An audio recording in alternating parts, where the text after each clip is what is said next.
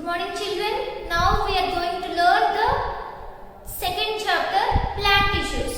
So in previous class we already learned about 4 different types of plant tissues. What are those?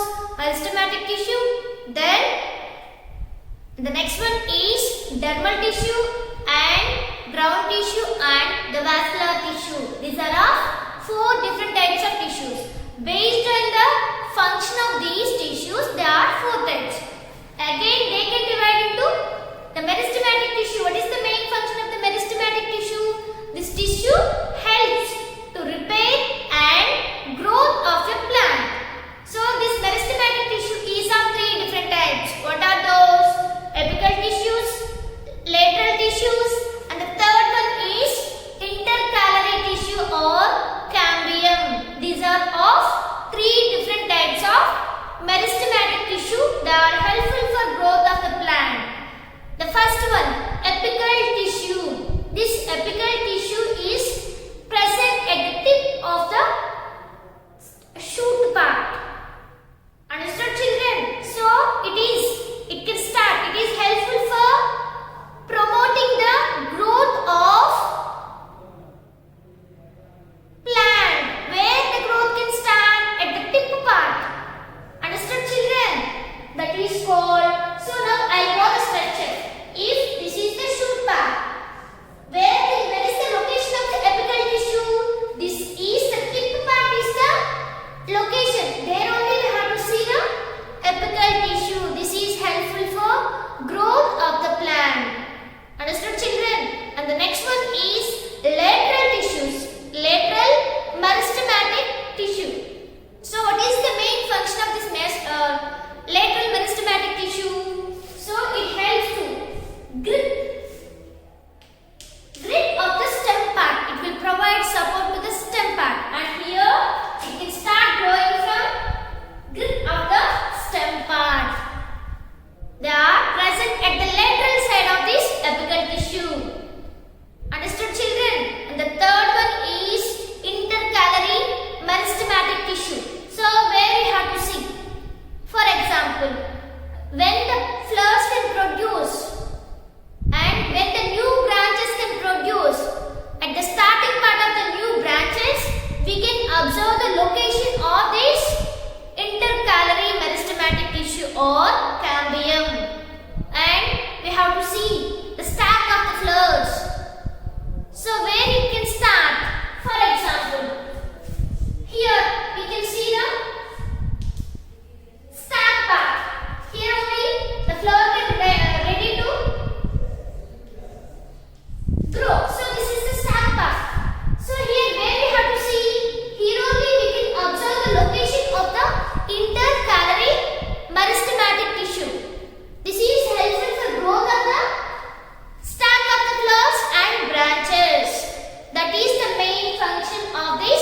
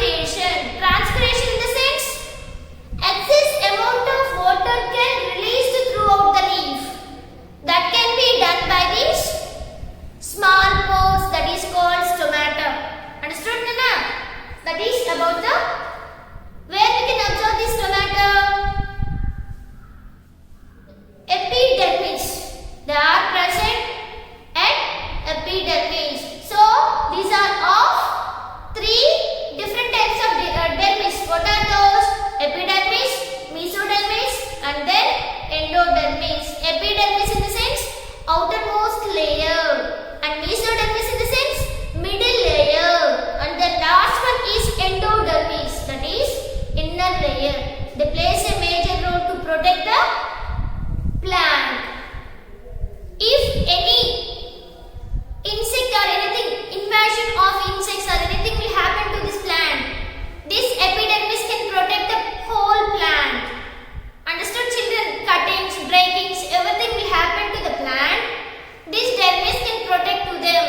In case of bigger trees, larger trees, aged trees, this epidermis become hardened.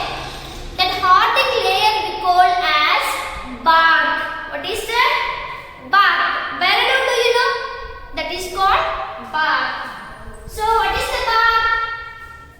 Epidermis only can change just like a hard substance. That is called bark. And we can observe some plants, they can secrete a sticky and mucus substance. That is called gum. So which type of plants they can secrete this gum? It acts as adhesive agent, in the sense binding.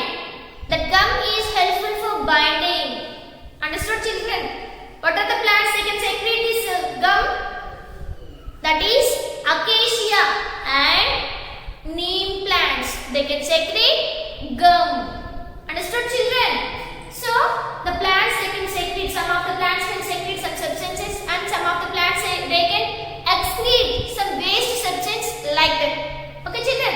Now what is it? What is the next tissue we can see in plants? That is dermal tissue. Now let's go and see the third tissue. What is the name of the third one? That is ground tissues. So these ground tissues are of three types. What are those? Bulky part we call as ground tissues. All these tissues are grouped, packed together at the center of the plant. That is a bulky amount. So here these ground tissues are of three different types. What are those? Parenchyma, collenchyma, and then what is the third one? Sclerenchyma. These are of three different types. Now let's go and see. Parenchyma. Here the cells are closely compact. Understood? And these are of three different types. Parenchyma is of three different types. What are those? If the parenchyma contain chloroplast,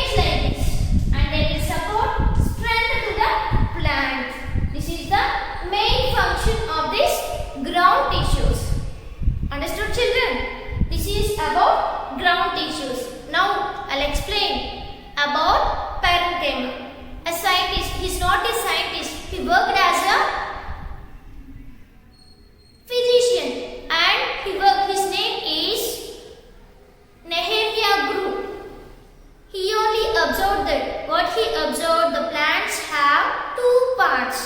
What are the two parts? One is sticky part and what are those? Ligneous parts. A plant has two parts. What are those? Sticky part and ligneous part. Understood, children? So, he wrote a book. The name is Anatomy of Plants in the year 1687. Understood, children? This is about ground tissue. Now, let's go and see about the vascular tissue. The fourth one is vascular tissue. In this vascular tissue, what are the two different types of tissues are there? Those are xylem and phloem. What are those? Xylem and phloem. Xylem helps to transport the water from root levels to the tip of the plant. For example, eucalyptus plants, they are very tall in nature, nearly 200 meters in length. So how the water is able to carry from the bottom, from the soil to the tip of the plant? How it possible? How the water can pass? How the food can pass to the plant? Do you know? A transport system is there. Two different types of tissues help to transport food and water. What are the two different types of tissues helps to transport? One is xylem and the second one is phloem. Xylem helps to transport. Xylem helps to transport water to the plant and phloem helps to transport food. Understood, children? This is about xylem and phloem, and the xylem cells are elongated, tubular-like structures and they have parenchyma. Understood, children? But these phloem cells have sieves. Sieve tubes are there and they contain adjacent cells and then parenchyma. And the phloem helps to transport the food. This is about vascular bundle. Now, how can we observe? How can we identify the variation between the xylem and phloem? We already know that transportation of water. We already did an experiment in 7th class. What is that? Take a glass of water and add a few drops of eosin, a red or red ink. Drops have to add it. Then the water turn into red in color. Then take a rooted plant and then put at least 3 or 4 hours in that red color water. After 3 or 4 hours, you have to pick out the plant from the water and take a thin section of stem part of this plant and observe under the microscope. Then what did you observe under the microscope? Red color spots can be observed. These red color spots are we referred as xylem. Why? Water is red in color now. Who will transport water? Xylem tissue only can transport water. So, the part of this plant which is red in color, that part we can consider as xylem. Understood, children? So, this is about the 4 different types of tissues. What are those? Meristematic tissue helpful for growth and repair. And the next one is dermal tissue for protection. And what is the third one? Ground tissue. This is, it will help to form the bulb and all the cells are packed in a cell. Understood, children? And the fourth one is vascular tissue. This vascular tissue helps to transport both food and water. This is about the second chapter, plant tissues. How the plant tissues plays a major role for growth, protection, providing water, transportation. Everything is done by word is